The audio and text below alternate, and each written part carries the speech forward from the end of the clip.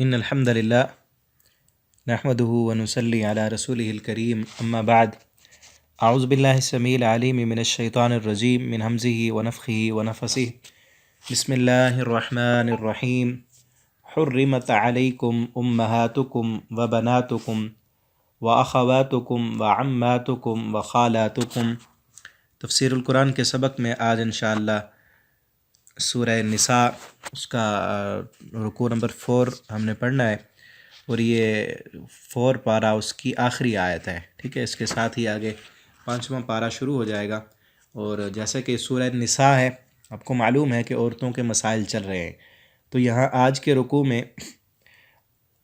کن عورتوں کے ساتھ نکاح نہیں ہو سکتا، اور نکاح کن عورتوں کے ساتھ کرنا ہے اور کیسے کرنا ہے، نکاح کی کیا کیا شرائط ہیں، ان میں بھی ایک قسم کا عورت کو تحفظ دیا گیا ہے اور اس کے حقوق بیان کیے گئے ہیں۔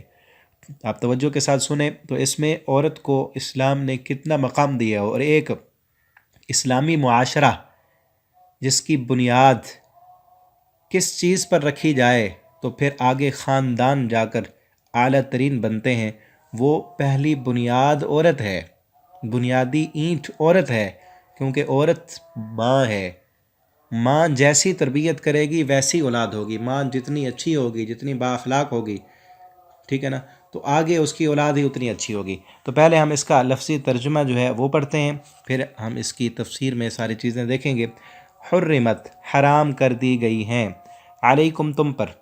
امہاتکم تمہاری مائیں، و بناتکم تمہاری بیٹیاں، و اخواتکم تمہاری بہنیں، و عماتکم تمہاری پھوپھیاں، و خالاتکم تمہاری خالائیں، و بنات الاخ اور بھائی کی بیٹیاں، و بنات الاخت اور بہن کی بیٹیاں، بھتیجیاں اور بھانجیاں،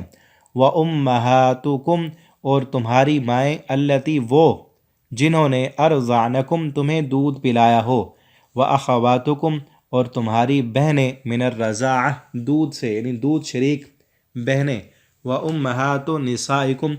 اور تمہاری عورتوں کی مائیں یعنی ساس، و ربائبکم اور تمہاری وہ لڑکیاں، اللاتی وہ جو فی حجورکم تمہاری گود میں پرورش پائیں، پلنے والی، یعنی ایک مرد نے کسی سے شادی کی کسی عورت سے، اس عورت کی پہلے بھی شادی تھی اور وہاں سے اس کی کوئی بیٹی تھی اولاد، وہ اب اس کے پاس پرورش پائے یا کہیں اور پائے، یعنی بیوی کی بیٹی، اس کے ساتھ بھی نکاح نہیں ہے۔ من نسائکم تمہاری ان بیویوں سے، اللاتی جو کہ دخلتم تم داخل ہو چکے ان پر، یعنی ان کے ساتھ جماع کر لیا، بہن ان پر، فإن پس اگر، لم تکونوا دخلتم تم سب داخل نہ ہوئے، بہن ان پر، فلا جناح تو کوئی گناہ نہیں، علیکم تم پر کہ ان لڑکیوں سے نکاح کر لو، وحلائل اور بیویاں، ابنائکم تمہارے بیٹوں کی، الذین وہ جو من اصلابکم تمہاری صلب سے، پیٹ سے، یعنی حقیقی بیٹے ہیں تمہارے، وَأَن اور یہ کہ تجمعوا تم جمع کرو، بین الاختین دو بہنوں کو ایک نکاح میں، یہ بھی حرام ہے، الا مگر، ما قد سلف جو پہلے گزر چکا، جو پہلے ہو چکا، ان اللہ بے شک اللہ تعالیٰ کانا ہے، غفورا بخشنے والا، رحیمہ رحم کرنے والا۔ یہاں تک چوتھا پارہ جو ہے وہ کمپلیٹ ہو چکا ہے، اور اس کے بعد آگے پارہ نمبر 5 ہے، والمحسنات اور محسنات کے کئی معنی ہیں، ایک ہے پاک دامن شادی شدہ عورتیں، جس طرح یہاں پر معنی ہوگا محسنات شادی شدہ عورتیں، وہ بھی حرام ہیں، جس طرح پیچھے حرام تھا نا، یہ بھی حرام، شادی شدہ عورتیں وہ بھی من النساء عورتوں میں سے، الا مگر، ما جس کے ملکت مالک ہو جائیں، ایمانکم تمہارے دائیں ہاتھ، مراد ہے لونڈیاں، کتاب اللہ حکم ہے اللہ کا، علیکم تم پر، وأحلہ اور حلال کر دی گئی ہیں، لکم تمہارے لیے، ما وراء ذالکم جو اس کے علاوہ ہیں، یعنی ان کے علاوہ، ان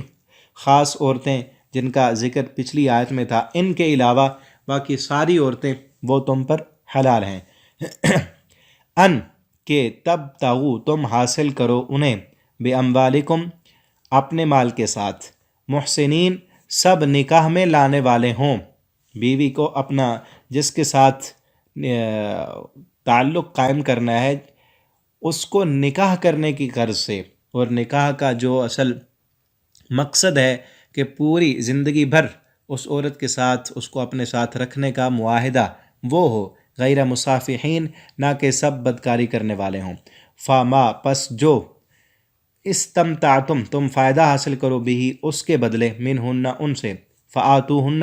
تو تم سب دو انہیں، اجورہن ان کے مہر،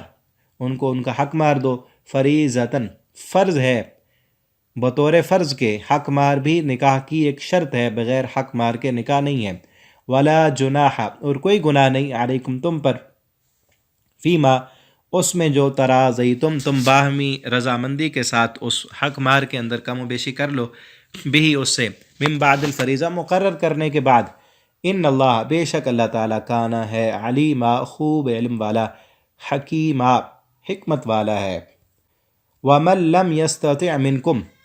اور جو نہ طاقت رکھتا ہو، منکم تم میں سے، طولاً قدرت وسعت کی، ان کے ین کی وہ نکاح کر سکے، المحصنات المؤمنات ایمان والی آزاد عورتوں سے۔ محصنات کا ایک معنی آزاد عورتیں بھی ہے، یہاں پر معنی ہوگا آزاد عورتیں۔ آزاد عورت سے شادی کرنے کی وہ طاقت نہیں رکھتا، تو پھر فبا تو ان سے نکاح کر لے جو مالکت مالک بنے ہیں، ایمانکم تمہارے دائیں ہاتھ، مراد ہے لونڈیاں، من فتیاتکم تمہاری کنیزوں سے۔ فتیات، فتح کا معنی اصل ہوتا ہے لونڈی، وہ عورت ہو، چاہے وہ لڑکی ہے، غالب طور پر یہ لفظ بولا جاتا ہے لڑکی پر، چاہے وہ بڑی عمر کی بھی ہے، بوڑھی بھی ہے، پھر بھی فتیاتکم کہتے ہیں تمہاری لونڈی، المؤمنات ایمان والی، یعنی کافرہ لونڈی سے نہیں نکاح کرنا، ایمان والی لونڈی سے نکاح کر لو اگر آزاد عورت سے نکاح کرنے کی طاقت نہیں ہے۔ واللہ اعلم بایمانکم اللہ خوب جاننے والا ہے تمہارے ایمان کو۔ بعضکم من بعض بعض تمہارا بعض سے ہے، یعنی یہ کسی کو اللہ نے کسی خاندان میں پیدا کر دیا، کسی کو کسی سے، بعض تم سب ہو تو آدم کی نسل سے، ایک ہی تمہاری نسل ہے اور سب ایک دوسرے سے ہیں۔ فانکحوہن تم سب ان سے نکاح کر لو، ان لونڈیوں سے، بِإِذْنِ أَهْلِهِنَّ ان کے مالکوں کی اجازت سے، وَآتُوهُنَّ اور تم سب دو انہیں، اجورہن ان کے حق مہر، بالمعروف دستور کے مطابق، بھلے طریقے سے۔ محسنات وہ لونڈیاں جن سے تم نکاح کرو وہ بھی پاک دامن ہوں، غیر مصافحات نہ کہ بدکاری کرنے والیاں ہوں، ولا متخذات اخدان اور نہ وہ چھپے دوست بنانے والیاں ہوں۔ فَإِذَا أُحْسِنَّ پھر جب نکاح میں آ جائیں وہ، فَإِن پھر اگر آتینہ وہ آئیں، بفاحشۃ بدکاری کو، فعلیہن تو ان پر ہے نصف و آدھی سزا، ما علی المحصنات جو ہے آزاد عورتوں پر، من العذاب سزا میں سے، ان کو آدھی سزا ملے گی۔ ذالک یہ، لمن اس وجہ سے، اس بندے کے لیے ہے، خاشی العنتہ جو ڈرتا ہو گناہ میں پڑ جانے سے، منکم تم میں سے، وَأَن تَصْبِرُوا اور یہ کہ اگر تم صبر کرو، خیر لکم تو یہ بہتر ہے تمہارے لیے، واللہ غفور الرحیم اور اللہ تعالیٰ معاف کرنے والے، رحم کرنے والے ہیں۔ یہاں تک رکوع ہمارا کمپلیٹ ہوا، اب اس کی تفسیر ہم پڑھتے ہیں۔ یہ آیت جو کہ چوتھے پارے کی لاسٹ آیت ہے، اس میں اللہ تعالیٰ نے وہ رشتے گنوائے ہیں، وہ عورتیں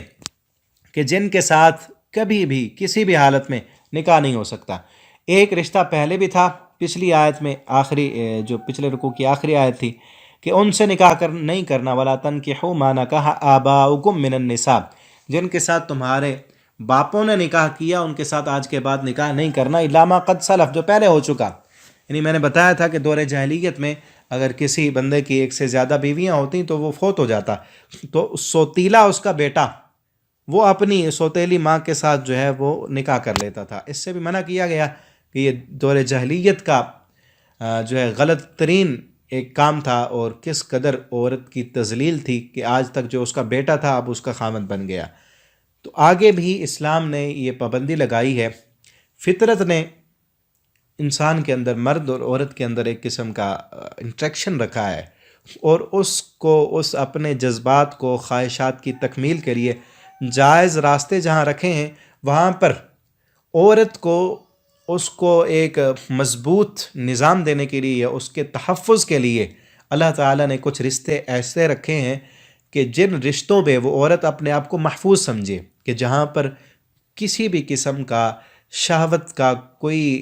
تصور ہی نہ ہو، جہاں پر عورت کا مرد کے ساتھ بھی اس قسم کا کوئی تصور نہ ہو، اور نہ ہی مرد کا عورت کی طرف کوئی اس قسم کا تصور تک نہ ہو، تاکہ عورت اپنے آپ کو ان مردوں کے درمیان میں محفوظ رکھے۔ وہ رشتے یہاں پر گنوا دیے گئے کہ تمہارے یہ جو عورتیں ہیں یہ تمہارے لیے ابدی حرام ہیں، ان کو اس نظر سے نہیں دیکھنا جس نظر سے تم نے اپنی بیوی کو دیکھنا ہے۔ وہ کون سے ہیں؟ حرمت علیکم، حرام کر دی گئی، اللہ نے حرام کر دی تم پر۔ کون؟ امہاتکم، تمہاری مائیں۔ یہاں پر ان ماؤں میں دادی اور نانی بھی شامل ہے، دادیاں اور نانیاں۔ و بناتکم، اور تمہاری بیٹیاں، اور اس بیٹی میں پوتی پڑوتی یہ بھی ساتھ شامل ہے۔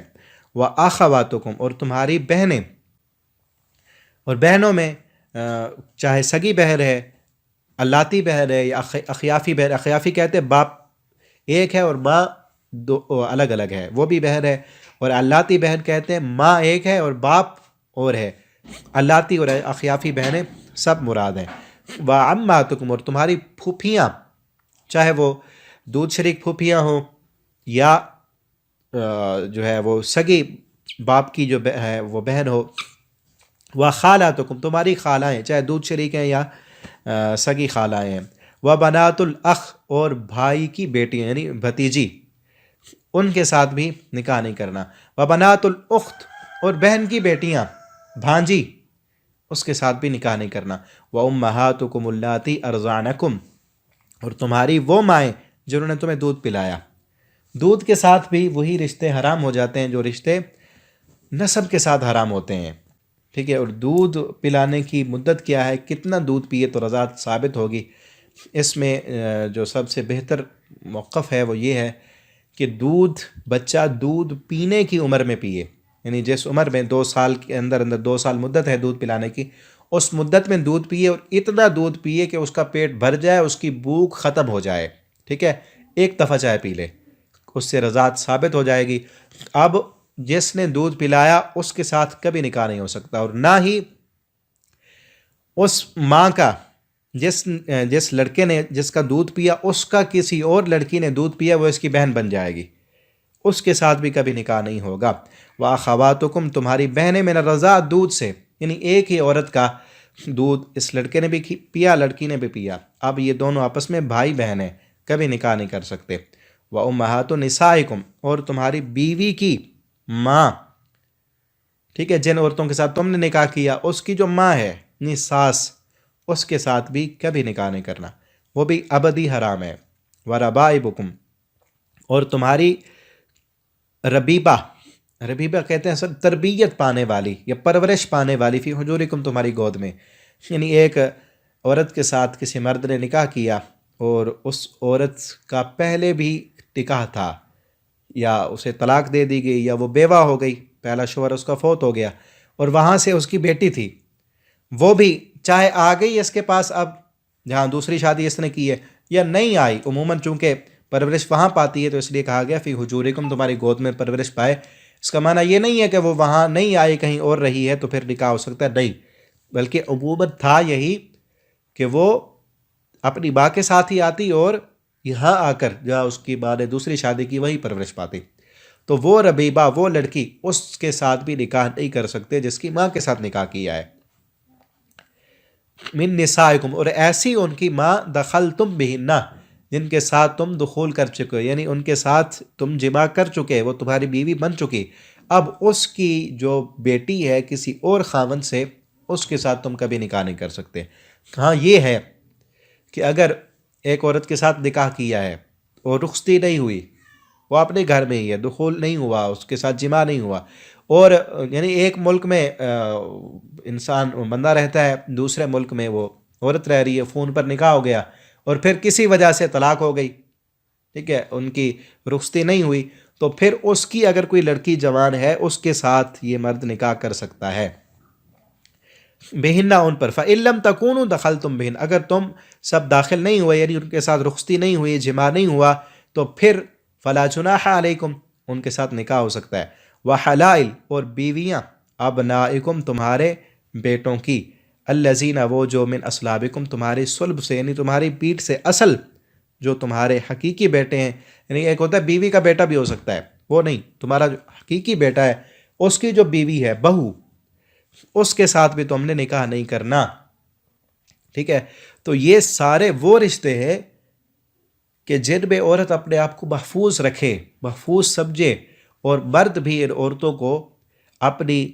ادب والی نظر سے دیکھے، اور ان کے ساتھ کبھی بھی کسی بھی صورت میں نکاح کرنا اللہ نے شریعت میں حرام کر دیا۔ یہاں دیکھیں ایک قسم کا عورت کو سیکیور کیا گیا ہے، اس کو حفاظت دی گئی ہے۔ اور پچھلی آیت میں جو تھا نا، جو عرب کا ایک جاہلانہ معاشرہ، ان کا رواج تھا کہ عورتوں کے ساتھ ظلم کرتے، زیادتیاں کرتے، نکاح بھی کر لیتے، پھر ان کو طلاق بھی نہیں دیتے اور بساتے بھی نہیں تھے، اس قسم کی بات پچھلے رکوع کی جو آیتیں تھیں۔ تو وہ نصیحت کر کے کہ تمہیں اللہ کا خوف ہونا چاہیے کہ وَعَاشِرُوهُنَّ بِالْمَعْرُوفِ، عورتوں کے ساتھ اچھے طریقے سے رہو، ٹھیک ہے نا؟ یہاں پر پھر اگلا سپورٹ عورت کو یہ کیا گیا کہ اگر خامد اچھے طریقے سے نہیں رہتا، ٹھیک ہے نا، تو پیچھے تمہارا کوئی بیک ہو، تمہارا باپ ہو، بھائی ہو، یا کوئی اور رشتہ دار۔ اسی لیے ہے نا کہ عورت بغیر ولی کے نکاح نہ کرے۔ کیوں؟ کیونکہ عورت جسمانی طور پر اللہ نے کمزور بنایا ہے، ہو سکتا ہے جس کے ساتھ نکاح کیا ہے وہ کل کو چھوڑ دے، ٹھیک ہے نا، وہ کہیں اور چلا جائے اور شادی کر لے، یا اس کو نہ بسائے، اپنے پاس نہ رکھے، خرچہ نہ دے، حفاظت نہ کرے، اس کی کئی مسائل ہو سکتے ہیں۔ تو پیچھے وہ ولی بات کرنے والا تو ہو، عورت کا کوئی گھر تو ہو، اس کو کوئی سپورٹ کرنے والا تو ہو، تاکہ کل کو وہ بات تو کر سکے۔ یا اس کو جس سے نکاح کیا ہے، اس کا شوہر اس کو اچھی طرح نہیں رکھتا، ظلم کرتا ہے، حقوق پورے نہیں کرتا، وہ کہیں دور چلا گیا، کوئی بھی مسئلہ، مسائل، معاملات ہیں، تو وہ اپنے اس ولی کو جس نے نکاح کیا ہے اس کو لائے، تاکہ وہ اس کے شوہر کے ساتھ بات کر سکے۔ یہ اس لیے محفوظ کیا گیا ہے عورت کو۔ اور یہ سارے رشتے جن کے ساتھ نکاح نہیں ہے، یہ عورت کے ولی بھی بن سکتے ہیں، ٹھیک ہے نا؟ اور جو قریب ہے، پہلے باپ ہے، بیٹا ہے، یہ نہیں ہے، باپ نہیں ہے، بیٹا نہیں ہے، تو چچا ہے، ماموں ہے، ٹھیک ہے نا، دادا ہے، باپ نہیں ہے تو دادا ہے، ٹھیک ہے؟ جتنے بھی قریبی رشتہ دار ہیں وہ عورت کے ولی بنیں گے، وہی آگے نکاح کر کے دیں گے۔ اور اگلا رشتہ جو حرام ہے وہ یہ ہے کہ ان تجمعوا بین الاختین، دو بہنوں کو اکٹھے جمع نہیں کرنا، ٹھیک ہے نا؟ بیوی موجود ہے، اس کی موجودگی میں اس کی بیوی کی جو بہن ہے سالی، اس کے ساتھ نکاح نہیں ہو سکتا۔ ہاں یہ ہے کہ بیوی فوت ہو گئی تو پھر اس کی بہن کے ساتھ نکاح ہو سکتا ہے، اکٹھا نہیں۔ اور یہاں حدیث پہ اور اس کا اضافہ بھی ہے، یہاں تو ہے دو بہنیں، حدیث میں ہے کہ خالہ اور بھانجی، جس عورت سے نکاح کیا ہے اس کی خالہ سے بھی نکاح نہیں کر سکتے، اور اس کی آگے بھانجی سے بھی نکاح نہیں کر سکتے، خالہ اور بھانجی کو اکٹھے جمع نہیں کرنا۔ اور اسی طرح پھپھو اور بھتیجی کو جمع نہیں کرنا، جس عورت سے نکاح کیا ہے اس کی بھتیجی سے بھی نکاح نہیں کر سکتے، اس کی جو ہے بھتیجی سے، اس کی پھپھو سے بھی نکاح نہیں کر سکتے۔ اور اسی طرح یہ کیوں رکھا گیا؟ کیونکہ یہ دو عورتیں اگر اکٹھے جمع کرو گے تو پھر رحم میں، رشتہ داری میں جو ہے وہ فرق آئے گا، ٹھیک ہے؟ انسان کی فطرت میں اللہ نے رکھا ہے دو عورتیں اکٹھی ہیں نا، تو وہ جن کو سوکن کہتے ہیں، وہ آپس میں کچھ نہ کچھ اختلافات ہو جاتے ہیں، اور اگر وہ بہنیں ہوں گی دونوں تو پھر اور زیادہ ہوگا، ان کا آپس میں رشتہ جو ہے، بہن کا ایک جو تعلق ہے وہ خراب ہوگا۔ اور پھر بھی اللہ نے ایک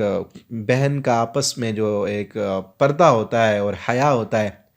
اس کے لیے بھی اللہ نے یہ چیز رکھی ہے، الا ما قد سلف، پیچھے بھی یہی کہا گیا کہ اپنی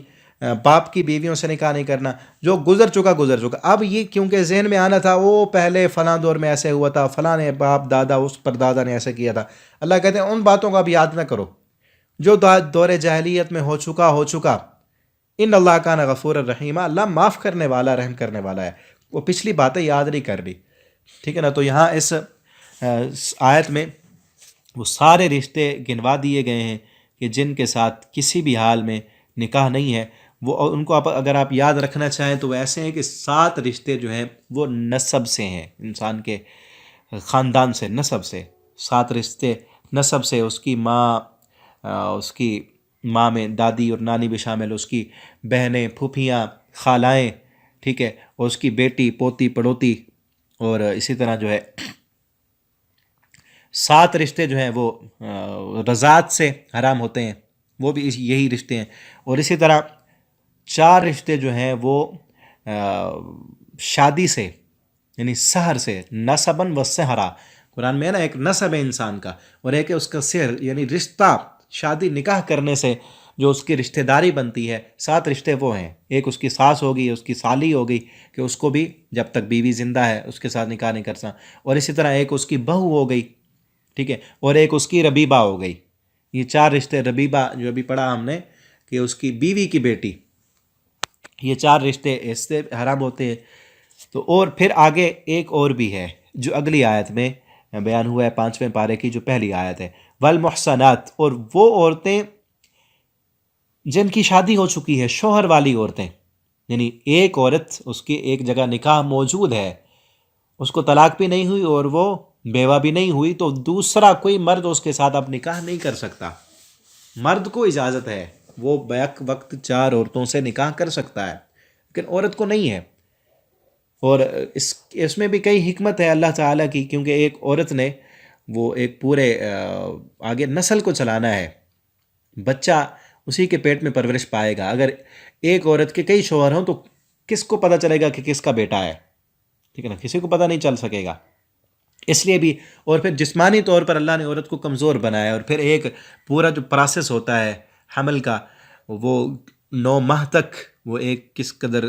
اذیت اور بڑی جسمانی مشقت میں وہ رہتی ہے، اس کے بعد پھر اس نے بچے کو بھی سنبھالنا ہے، اس کو دودھ پلانا ہے، یہ ساری چیزیں، اور جسمانی صلاحیتیں میں بھی اللہ نے اتنی دی ہیں، مرد کو اتنی صلاحیت پر پیدا کیا، عورت کو اتنی پر پیدا کیا، ٹھیک ہے نا۔ تو وہ عورت جو پہلے سے شادی شدہ ہے وہ بھی حرام ہے، کبھی اس کے ساتھ دوسرا مرد نکاح نہیں کر سکتا جب تک وہ ایک مرد کے نکاح میں موجود ہے، ٹھیک ہے۔ الا ما ملکت ایمانکم، ہاں جو ملکت ایمانکم، جو مالک ہوں تمہارے دائیں ہاتھ، مطلب لونڈیاں۔ لونڈی کسے کہتے ہیں؟ وہ عورت جو کفر اور اسلام کی جنگ ہو رہی ہو اور اس جنگ میں آئے، کافر ہار جائیں اور ان لوگوں کو غلام، ان لوگوں کو پکڑ لیا جائے، مرد ان کے غلام بن جائیں گے اور عورتیں جو ہیں وہ لونڈیاں بن جائیں گی، ٹھیک ہے۔ غلام اور لونڈی کا کوئی اسلام میں کوئی ادارہ نہیں ہے، ٹھیک ہے نا، نہ ہی غلام اور لونڈی کو اسلام نے سپورٹ کیا ہے، ٹھیک ہے، بلکہ اسلام نے ایک ایسی راہ دکھائی ہے کہ جس راہ پر چل کر لونڈیوں کو، غلاموں کو آزاد کرنے کی ترغیب دی گئی ہے، ٹھیک ہے۔ بعد میں جا کر پھر یہ قانون بنا کہ اب پوری دنیا میں لونڈی اور غلام کا قانون ہی ختم ہے، تصور ہی ختم ہے، وہ راہ اسلام نے دکھائی۔ آپ دیکھیں کئی کام ایسے ہیں جن میں غلاموں کو آزاد کرنے کی ترغیب دلائی گئی ہے، اس کا ثواب بتایا گیا ہے، ٹھیک ہے نا۔ کئی گناہوں کے کفارے میں غلاموں کو آزاد کرنے کا حکم دیا گیا ہے، اور جس طرح قسم کے کفارے میں ہے، روزہ توڑ دینے کے کفارے میں، کئی گناہوں کے کفارے میں غلاموں کو آزاد کرایا، اور پھر یہ ترغیب دلائی گئی کہ جو بندہ، حدیث میں آتا ہے کہ جو بندہ غلام آزاد کرے گا اس کے پورے جسم کے ایک ایک عضو کے بدلے اللہ تعالیٰ اس انسان کو جہنم سے آزاد کر دیں گے، ٹھیک ہے نا۔ اور غلاموں کو مکاتبت کرنے کا ذکر قرآن میں موجود ہے۔ مکاتبت کہتے ہیں کہ ایک غلام اگر آزاد ہونا چاہتا ہے تو وہ اپنی کمائی اپنے مالک کے ساتھ طے کر لے کہ اتنے پیسے میں دوں گا اور میں آزاد ہو جاؤں گا، تو پھر وہ اپنی محنت سے کمائے پیسے، محنت کر کے کمائی کر کے اپنے مالک کو اتنے پیسے دے دے اور وہ آزاد ہو جائے گا۔ یہ ساری چیزیں اسلام نے سکھائی ہیں۔ اور حضرت عثمان رضی اللہ تعالیٰ عنہ وہ فرماتے ہیں کہ جب سے میں نے اسلام قبول کیا، شروع دور میں اسلام قبول کرنے والے کہتے ہیں جب سے میں نے اسلام قبول کیا ہے کوئی بھی جمعہ ایسا نہیں گزرا جس جمعے میں نے کسی غلام کو آزاد نہ کیا ہو۔ اور وہ کہتے ہیں کہ اگر کسی ایک جمعے میں غلام آزاد نہ کر سکا کسی مجبوری کی وجہ سے، تو اگلے جمعے میں نے 2 غلام آزاد کیے ہیں۔ اللہ نے بڑا دولت دی تھی تو اللہ کے راستے میں حضرت ابوبکر صدیق نے کئی غلاموں کو آزاد کیا، عبد الرحمن ابن عوف نے کئی غلام آزاد کیے۔ تو اسلام نے غلاموں کو آزاد کرانے کا تصور دیا ہے اور ان کے بھی حقوق دیے ہیں، ٹھیک ہے نا۔ تو یہاں یہ ہے کہ اس وقت چونکہ تھے ایک غلام، دنیا میں ایک رواج تھا، تصور تھا، ان کو بھی کچھ حقوق دینے تھے۔ تو چونکہ عورتیں بعض مسلمانوں کے پاس ایسی عورتیں بھی آ گئیں، یہ خصوصاً جنگ اوتاس ہوئی تھی تو اس میں کئی عورتیں آئیں اور پھر ان کو شرعی جو طریقہ ہے اس کے مطابق آگے تقسیم کرنا ہے، ٹھیک ہے۔ وہ تقسیم ہو کر مسلمانوں کے پاس پہنچی اور پہلے ان کے کافر شوہر بھی موجود تھے اور وہ لونڈی کے ساتھ بھی وہی تعلق انسان مرد جو ہے وہ قائم رکھ سکتا ہے جو ایک بیوی کے ساتھ ہوتا ہے، ٹھیک ہے نا، وہ اس کی مرضی پر ہے، کرے یا نہ کرے، تو وہ اس کو مسلمان جو ہے ان کے ساتھ اس تعلق کا اجازت دی جا رہی ہے۔ ما ملکت ایمانکم، تمہاری لونڈیاں بن گئی ہیں چاہے ان کے شوہر موجود ہیں، وہ ان کے شوہروں کے ساتھ ان کا تعلق ختم، لیکن یہاں یہ ہے کہ استبراء رحم کہتے ہیں، استبراء رحم شریعت کے اصطلاح میں وہ کرنا ہے، وہ یہ ہے کہ ان کے رحم جو ہے استبراء کہتے ہیں برات ہو جائے، کہ ان کے رحموں میں کسی جو پہلے چونکہ وہ شادی شدہ ہیں ان کے رحم میں حمل تو نہیں ہے، ایک حیض آ جائے تو پھر پتہ چل جائے گا کہ ان کو حمل نہیں ہے، پھر ان کے ساتھ تعلق وہ ہو سکتا ہے، اگر وہ حاملہ ہیں تو پھر وضع حمل تک ان کے قریب نہیں جانا۔ کتاب اللہ علیکم، یہ اللہ کا حکم ہے تم پر، ٹھیک ہے نا، یہ بھی ایک قسم کا دیکھیں اس معاشرے میں چاہے موجود تھا لونڈی اور غلام کا تصور، غلاموں کو ایک مقام دیا گیا کہ ایسے نہیں، وہ جانور نہیں ہیں، ان کے بھی کچھ حقوق ہیں، وَأُحِلَّ لَكُمْ، اور حلال ہیں مَا وَرَاءَ ذَلِكُمْ، ان کے علاوہ جتنی بھی عورتیں ہیں،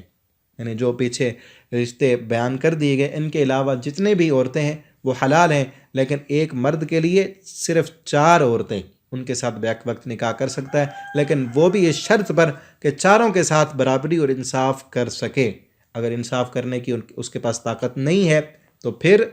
ایک ہی کافی ہے۔ اور کرنا کیا، ان تبتغوا، کہ تم تلاش کرو، حاصل کرو انہیں، کیا مطلب کہ تم انہیں حاصل کرو، کن کو کہا جا رہا ہے، مردوں کو۔ اس سے کیا معلوم ہوا کہ مرد نے تلاش کرنا ہے رشتہ، عورت نے نہیں تلاش کرنا، اور یہ فطرت بھی ہے کہ اللہ نے مرد کو جو مذکر ہے اس کو حکم دیا کہ وہ، کیونکہ دنیا کا جو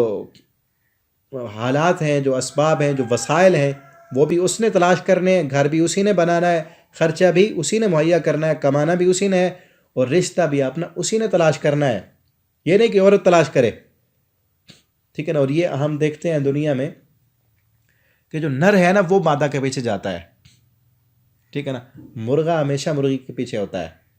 اسی طرح جتنے بھی جانور ہیں، جاندار ہیں، ان کو دیکھ لیں، لیکن جاہلانہ معاشرہ،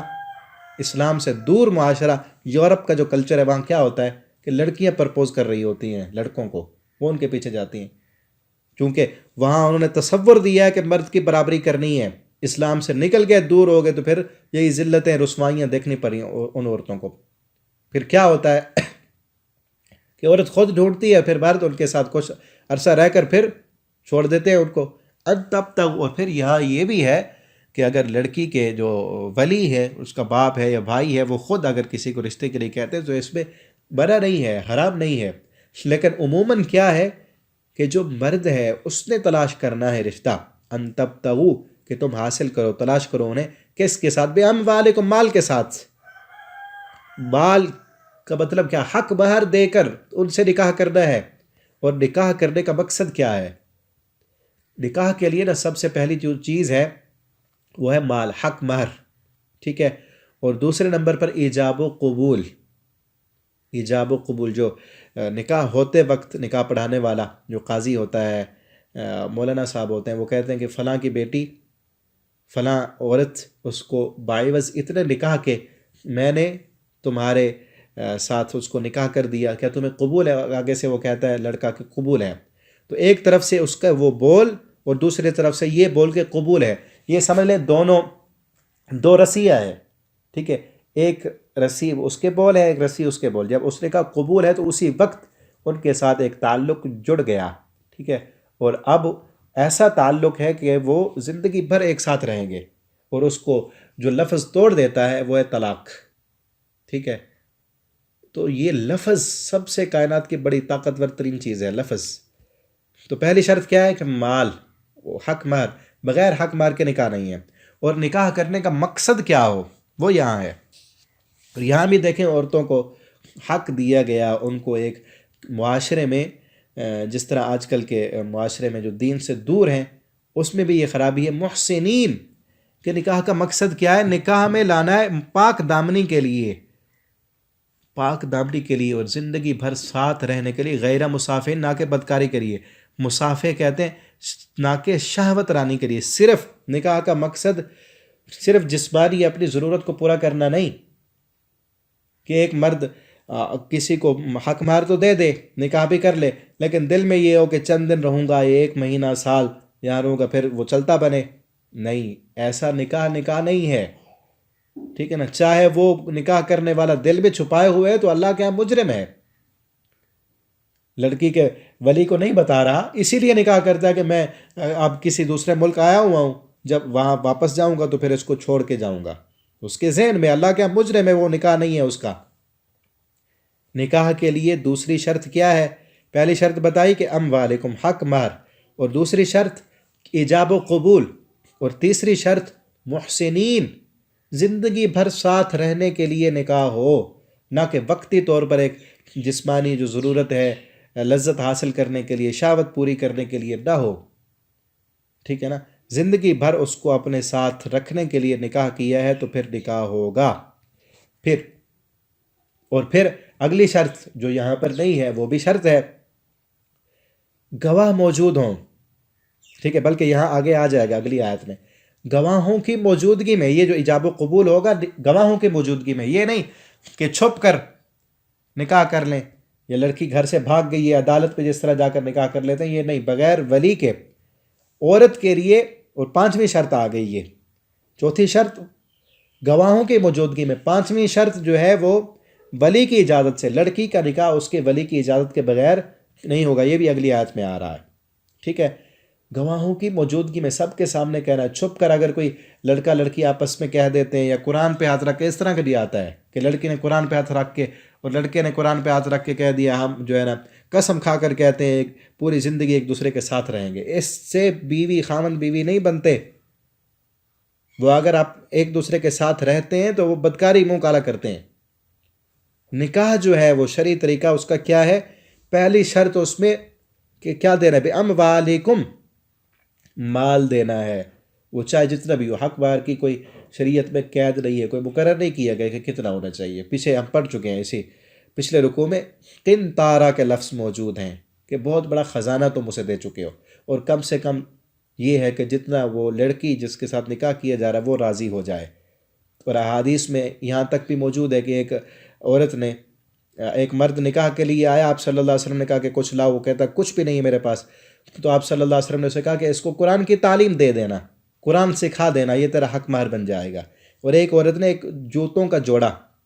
اس کے عوض جو ہے وہ نکاح کر لیا. آپ نے صلی اللہ علیہ وسلم نے اس سے پوچھا کیا تو اس پر راضی ہے؟ اس نے کہا میں راضی ہوں. تو آپ نے اس کا نکاح کر دیا. تو کم سے کم کیا حد ہے کہ جس پر عورت راضی ہو جائے، اور زیادہ سے زیادہ جس کی وسعت ہو اتنا دے سکتا ہے. اور دوسرا نکاح کا جو مقصد ہے دل میں وہ یہ ہو کہ عمر بھر ساتھ رہنا ہے، نہ کہ صرف وقتی طور پر شہوت رانی کے لیے اور جسمانی ضرورت پوری کرنے کے لیے نہ ہو، اور نہ ہی کوئی اور مقصد ہو. مقصد یہ ہے کہ اپنی پاک دامنی بھی رکھنی ہے اور زندگی بھر ایک دوسرے کے ساتھ رہنا ہے اور بیوی بنا کے رکھنا ہے. ہو سکتا ہے پھر وہ بائی چانس اللہ نے رکھا ہے کہ نہیں بن پائی تو طلاق کا آپشن تو رکھا ہے، لیکن ہے اللہ کو ناپسند. اور پھر فَمَسْتَمْتَعْتُمْ، پھر جو تم فائدہ حاصل کرو بھی اس سے، منہن، ان سے، فَآتُوهُنَّ، تو دو ان کو اجورہن، ان کا حق مہر، ان کو ان کا حق مہر دے دو جتنا بھی مقرر کیا ہے تم نے. اور ایک اس مہر میں پھر 2 قسم کو ہوتا ہے، ایک مہر معجل اور ایک مہر مؤخر. معجل ہے جس وقت نکاح ہوا ہے اسی وقت دے دینا، اور معجل ہے مقرر کر لینا. مؤخر بعد میں دینا، یعنی لکھ لیا گیا کہ اتنا حق مہر دینا ہے لیکن اسی وقت نہیں دیا، تو اس کی کوئی لیمٹ نہیں ہے، جب تک چاہیں دے سکتے ہیں. لیکن عموماً ہونا یہ چاہیے کہ اتنا حق مہر لکھیں جتنا دے سکیں، ادا کر سکیں، اور اتنا لکھیں اتنا وقت دیں جتنے وقت میں آپ ادا کر سکتے ہیں. نہیں دیں گے تو مجرم ہیں. ٹھیک ہے نا؟ بعد میں کئی شوہر جو ہیں شادی کے وقت وہ بڑا حق مہر کئی لاکھ وہ لکھوا دیتے، پھر بعد میں جو ہے ادا نہیں کر سکتے تو بیویوں سے کہہ رہے ہوتے کہ ابھی معاف کر دو. یہ اچھا طریقہ نہیں ہے. ہاں، یہ بیوی معاف بھی کر سکتی ہے، اور لینے کے بعد بیوی اب چونکہ وہ خاوند کی ہے وہ اسی کو بھی دے سکتی ہے، خود کھائے، اس کو کھلائے، بچوں کو دے، جہاں مرضی کرے، ہے اسی کا. اور ایک یہ بھی بات سامنے آئی ہے کہ ہمارے معاشرے میں کچھ لوگ جو حق مہر لیتے ہیں نکاح کے وقت، وہ جو لڑکی ہے اس کے والدین اپنے پاس رکھ لیتے ہیں، تو یہ بھی ناجائز ہے. غلط طریقہ ہے، وہ اسی لڑکی کا ہے۔ ہاں یہ ہے کہ اس کو کوئی اس کا کے لیے کوئی سامان لے لیا یا کوئی چیز خرید کر اس کو دے دی، لیکن دینا اسی کو ہے، والدین اپنے پاس نہیں رکھ سکتے۔ اس کا مطلب تو یہ ہو کہ تم نے اپنی بیٹی بیچ دی، یہ بھی غلط ہے۔ فریضۃ من اللہ، یہ فرض ہے اللہ کی طرف سے، بغیر، پہلے بھی میں نے کہا، بغیر حق بہر کے نکاح نہیں ہوتا۔ ولا جناح علیکم، اور نہیں ہے تم پر کوئی گناہ اس پر، ترازیتم، کہ جہاں پر تم راضی ہو، یعنی کبھی بیشی کر لو اس حق بہر میں، جتنا عورت جس پر راضی ہے، مرد دینے کے لیے جتنا راضی ہے تو وہ دے دے۔ یہ کیوں رکھا گیا ہے، حق بہر کیوں لازم رکھا ہے؟ اس لیے کہ مرد جو ہے اس کو پہلے قدم پر پتہ چل جائے، میں جس وادی میں اب قدم رکھنے لگا ہوں اس میں ذمہ داریاں مجھ پر ہے، ذمہ داریوں کا بوجھ مجھ پر ہے، نہ کہ وہ یہ سمجھے کہ جو آ رہی ہے وہی کما کے لائے گی، نہیں، بلکہ کمانا اسی نے ہے، اور اس کو پہلے قدم پر پتہ چل جائے کہ کچھ دینا ہے، پہلے کما کر دینا ہے۔ فریضۃ من اللہ، دیکھیں یہ اس میں کتنے عورت کو سپورٹ ہے، عورت کا حق ہے کہ اس کو پہلے بھی دیا جا رہا ہے، اور پھر آگے زندگی بھر اس پر کوئی ذمہ داری نہیں لگائی گئی، کوئی معاشی ذمہ داری اس پر نہیں ڈالی گئی، ٹھیک ہے، اس کی اپنی مرضی سے اگر وہ کوئی کام کرتی ہے، کماتی ہے اپنے بچوں کے لیے، خاوند کو سپورٹ کرنے کے لیے، تو اس کو منع نہیں ہے، لیکن اس کی ذمہ داری نہیں لگائی گئی۔ فریضۃ من بعد الفریضہ، مقرر کرنے کے بعد، ان اللہ کان علیما حکیما، اللہ تعالیٰ خوب جاننے والا اور خوب حکمت والا ہے۔ اب اگلی آیت میں، رکوع کی آخری آیت ہے، اس میں ایک اور آپشن دیا گیا ہے کہ اگر کوئی انسان آزاد عورت سے نکاح نہیں کر سکتا، کیونکہ اس وقت اس معاشرے میں آزاد عورت، خاندان عورت کا ایک مقام تھا، ٹھیک ہے نا، اور ان کا حق بہر بھی جو ہے وہ زیادہ تھا بمقابلے ان عورتوں کے جو لونڈیاں ہوتی، ٹھیک ہے، تو وہ اس عورت سے نکاح کر لے جو لونڈی ہو۔ یستطیع منکم طولا، وہ ساتھ قدرت نہیں پاتا، اتنا حق مار اس کے پاس نہیں ہے کہ اس سے نکاح کرے، تو وہ محصنات المؤمنات، ایمان والی آزاد عورتوں سے نکاح کرنے کی اس کے پاس طاقت نہیں۔ یہاں بھی آزاد عورت ایمان والی سے نکاح کرنا ہے، کافرہ سے نہیں کرنا۔ مسلمان کا پیچھے سورہ بقرہ میں بھی موجود ہے، پڑھ چکے ہیں ہم، ایک مومن بندہ کافر عورت سے نکاح نہ کرے، ٹھیک ہے نا، اگر آزاد عورت نہیں ملتی تو مومنہ لونڈی سے کر لے، ٹھیک ہے نا، اور اسی طرح کوئی بندہ اپنی مومنہ بیٹی یا بہن، اس کا نکاح کسی کافر کے ساتھ نہ کرے، غلام مومن سے تو کر دے لیکن کافر کے ساتھ نہ کرے۔ فَمِمَّا مَلَكَتْ أَيْمَانُكُمْ، تو پھر ان سے کر لو جن کے مالک بنے تمہارے دائیں ہاتھ، یعنی ایک کسی اور بندے کی لونڈی ہے اور وہ اس کے ساتھ، وہ جو بیوی کے ساتھ جو تعلق ہوتا ہے، وہ تعلق اپنی لونڈی کے ساتھ وہ نہیں کرتا، صرف اس کی ملکیت میں ہے، ٹھیک ہے نا، تو وہ مرد اس مالک کے پاس جائے کہ میں تیری اس لونڈی کے ساتھ نکاح کرنا چاہتا ہوں، ٹھیک ہے نا، کیونکہ ایک لونڈیوں کے بھی اس میں حق ہیں، غلاموں کو بھی حقوق دیے گئے ہیں کہ ان کے اندر بھی بے راہ روی، فحاشی اور عریانی، بدکاری کی راہیں نہ پھیلیں، بلکہ ان کی جو جسمانی ضرورت ہے وہ اچھے جائز طریقے سے جو ہے وہ پوری ہو۔ ان کے ساتھ نکاح کر لے، من فتیاتکم المؤمنات، جو تمہاری لونڈیاں ہیں، لڑکیاں ہیں، ان سے نکاح کر لو، واللہ اعلم بایمانکم، اللہ تمہارے ایمان کو خوب جاننے والے ہیں۔ کیا مطلب؟ کہ اس وقت جو تھا لونڈی سے نکاح کرنا اس معاشرے میں بڑا معیوب سمجھا جاتا تھا، اور اس کے نتیجے میں جو اولاد ہوتی اس کو بھی معاشرے میں اس قسم کا مقام نہ ملتا۔ تو اللہ تعالیٰ فرماتے ہیں اللہ تمہارے دلوں کے ایمان کو جاننے والے ہیں، تم اپنے ایمان کو مضبوط کرنے کے لیے کر رہے ہو نا، تو اس میں کوئی بات نہیں، کوئی ایسا مسئلہ نہیں۔ بعضکم من بعض، وہ بھی آدم کی اولاد میں سے ہیں تمہاری طرح کے، وہ بھی انسان ہیں۔ اللہ کے ہاں جو معیار ہے وہ تقوی ہے، دل میں ایمان ہے تو پھر ٹھیک ہے۔ فَانْكِحُوهُنَّ، یہاں بھی دیکھو آ گیا، نکاح کرو ان سے بِإِذْنِ أَهْلِهِنَّ، ان کے مالکوں کی اجازت سے۔ جس طرح ایک آزاد عورت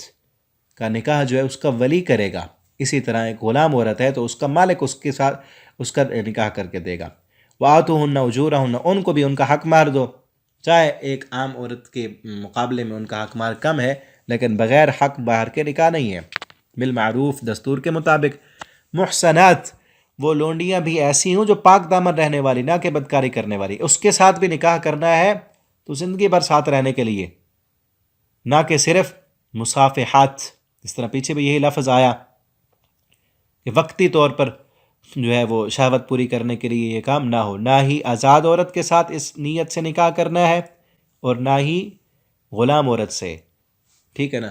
تو اس طرح کا کوئی بھی تعلق جو صرف وقتی انسان کے جو جذبات ہیں ان کو پورا کرنے کے لیے کیا جائے کہ اب پیسے دے کر، مہر دے کر اس کو ہفتے کے لیے، مہینے کے لیے، سال کے لیے، تو اس طرح کا کوئی بھی تعلق جسمانی وہ اللہ تعالیٰ نے حرام کر دیا ہے، بالکل ناجائز ہے اور حرام ہے۔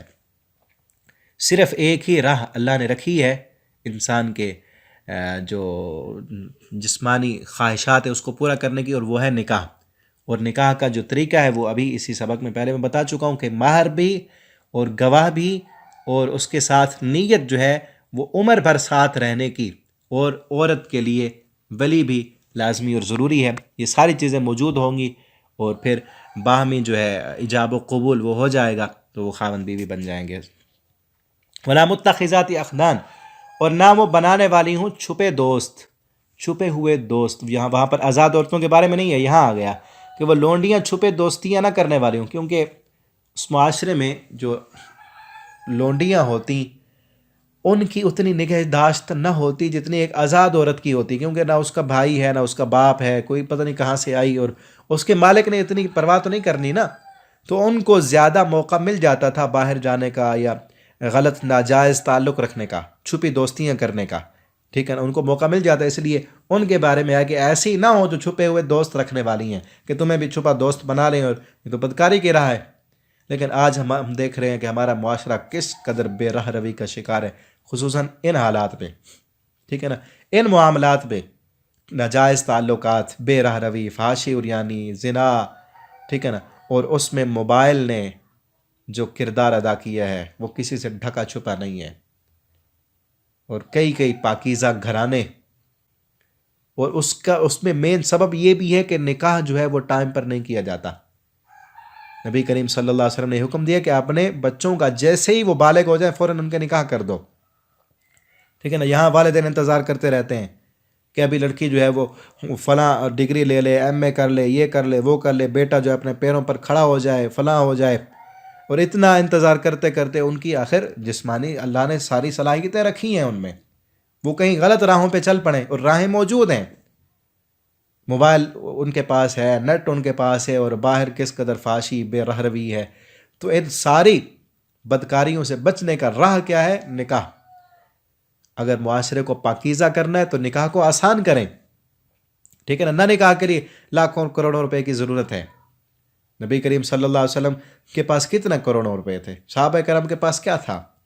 میں نے ابھی آپ کو بتایا جوتوں کے عوض عورت نے نکاح کر لیا، قرآن سکھانے کے بدلے میں عورت مان گئی ایک جوتے لے کر، کیونکہ وہ اپنے ایمان کی حفاظت کرنے والے تھے، ان کو معلوم تھا کہ چاہے دنیا کچھ نہیں مل رہی، ہماری یہ جو جسمانی ضرورت ہے وہ تو پوری ہوگی، گناہ سے تو بچ جائیں گے نا۔ یہاں بھی یہی کہا گیا کہ آزاد عورت سے نکاح کرنے کی طاقت نہیں ہے تو غلام سے کر لو، تاکہ گناہ میں پڑنے کا اندیشہ نہ ہو، تمہارے لیے راہیں بند ہو جائیں۔ تو آج ہمیں چاہیے کہ ہم اگر معاشرے کو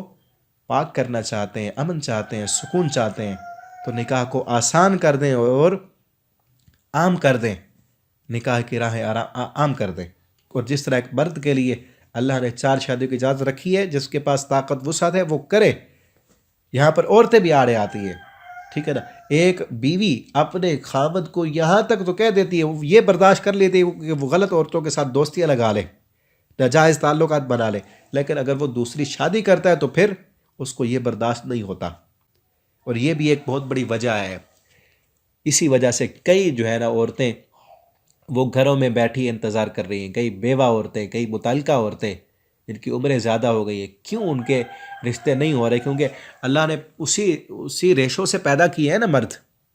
اسی ریشو سے عورتیں پیدا کی ہیں کہ ایک مرد نے 4 بیویاں رکھنی ہیں، 4 عورتوں تک شادی کرنی ہے،